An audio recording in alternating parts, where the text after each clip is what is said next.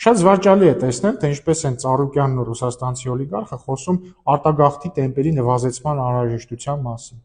Ժողովուրդ ջան, դուք իրար հետ տասնամյակներով իշխանություն եք կիսել։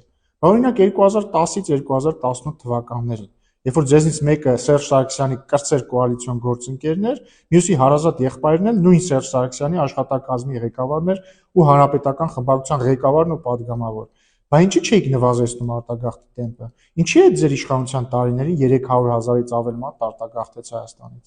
Հաջորդը մեր իշխանության օրոք առաջին անգամ 2025 թվականին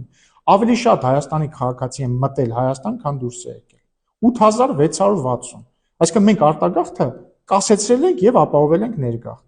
Եվ վերջինը, ես ճիշտ եմ հիշում, որ ձեզնից մեկի որդին արտագաղթել է Բելարուս, որպեսզի թաքնվի հայկական արդարադատությունից։ Իսկ ձեզնից երկրորդը, եթե չլիներ Հայաստանի դատարանը եւ կալանք կիրառած չլիներ, հիմա հետ գնացած կլիներ Կալուգա հայրենի, ու տենց էլ կմնար արտագաղթած։